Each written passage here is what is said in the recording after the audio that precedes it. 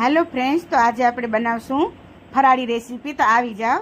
આ મેં એક કુકર લીધો છે। કુકરની અંદર 2 ચમચી તેલ લીધો છે। એની અંદર જીરો નાખ્યું। જીરો નાખી અને લીમડાના પાન નાખી દેશું અને થોડાક મેં સિંગદાણા લીધા એ પણ અંદર નાખી દઈશું। પછી આપણે આદુ મરચાંની પેસ્ટ નાખી અને સાંતળી લેશું। એ સંતળાઈ જાય એટલે અંદર 2 ગ્લાસ જેટલો મેં પાણી લીધો છે। એ પાણી ઉકળે એટલે આપણે આ મેં સાવ પલાળીને રાખ્યા છે એ સાવ અંદર એડ કરી દઈશું અને મીઠો એડ કરી અને આપણે કુકરનું ઢાંકણ ઢાંકી દઈશું। હવે આપણો સાવ થાય ત્યાં સુધી અમે એક પેન લીધો છે। એની અંદર 1 વાટકી જેટલો તેલ લીધો છે, કારણ કે ફરાળી શાક માટે તેલ વધારે જોઈએ। તો એનામાં 1 ચમચી જીરો નાખ્યો, લીમડો નાખ્યો અને આદુ મરચાંની પેસ્ટ નાખી અને સાંતળી લેશું આપણે। એ બધે સંતળાઈ જાય એટલે આપણે ટમાટાં નાખશું। ટમેટાં એકદમ સંતળાઈ ચડી જાય તો હવે આપણે એની અંદર મસાલા નાખશું। ધાણા, મરચાં, હળદર અને જીરાનો પાવડર નાખ્યો છે। થોડુંક પાણી નાખી અને આપણે એને હલાવી લેશું જેથી આપણા ટમેટાં બધે ચડી જાય। અને આ ટેસ્ટ પ્રમાણે મીઠો નાખશું।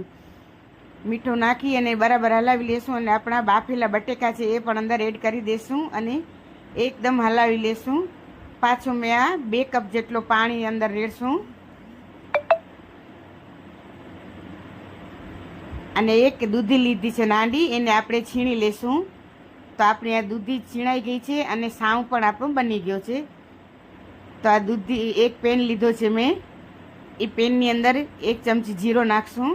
પછી મેં જે દૂધી છીણી હતી એ દૂધી પણ એની અંદર એડ કરી દઈશું અને એને સાંતળી લેશું।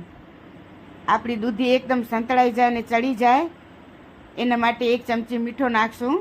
પછી આપણે જે સાવ બનાવ્યો હતો એ સાવ એની અંદર એડ કરી દઈશું અને હલાવી લેશું। કોથમીર નાખી અને ગાર્નિશિંગ કરશું આપણે।